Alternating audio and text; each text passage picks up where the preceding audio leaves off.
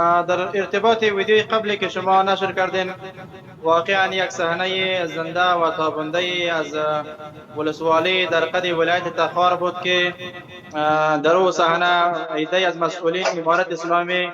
در صحنه بودند. اونجا ما دیدیم که الحمدلله و همه بیننده ها مشاهده میکنند که افراد وابسته به این نظام اجیر چه از اردو و کماندو و پلیس هر چی که هستند همگی دسته دسته می آیند و خوش و خندان می آیند، لب شادان می آیند، گویا این که مجاهدین برادرهای اینها باشه که از سالهای اینها را ندیده باشند و به خوشحالی به زیارت مجاهدین می آیند. همین خوش راحت با افتخار با شعار و این خودش یک نمونه بزرگ تاریخی از بشر دوستی، انسان دوستی و برادر دوستی،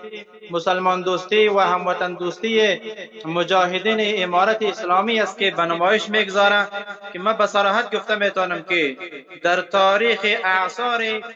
متداول و متداوم دنیا هیچ کس نمیتواند در هیچ گوشه از دشمن خود امیت یک صحنه را بیاره که دشمن در حال تسلیم شدن بیاید و سلاح به دستش باشه و با دشمن دیگری با خنده مزاح و با تبخوشی روبروی شود و امیت یک نمایش به صحنه بگذاره کسی جز امارت اسلامی و مجاهدین امارت اسلامی که این نمایش به صحنه گذاشتن کسی از جنگ نظامی های دنیای صحنه را و این نمایش هیچ وقت به صحنه گذاشته و نشان داده نمیتونه. تشکر جناب بزرگوار. ببینید ما در مراحل اولی که خارجی ها آمدن در افغانستان مستقر شدند و اونجا اشغال کردن سرزمین،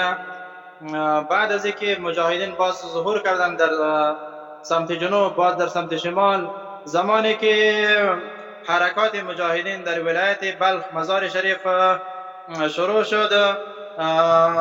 ما و شما شاهد هستیم که عطا محمد نور به طرف آلمانی ها دیگر خارجی ها صدا می زدند که شما بیاین در مزار شریف و اینجا علیه مجاهدین امارت اسلامی فضای حرکات خود شروع بکنین و اینها را بمباردمان بکنین و اینها را هدف قرار بدین. اما با تمام فعالیت هایی که عطا محمد نور در مزار شریف میخواست بکنه و مجاهدین را تهدید بکنه، اما الحمدلله ثم الحمدلله که مجاهدین در ولایت مزار شریف امروز همگانی در تمام ولسوالی ها موجودیت دارند و عده ولسوالی ها در تصرفشان است. فعلا در شهر مزار شریف در یک گوشه شهر داخل شدند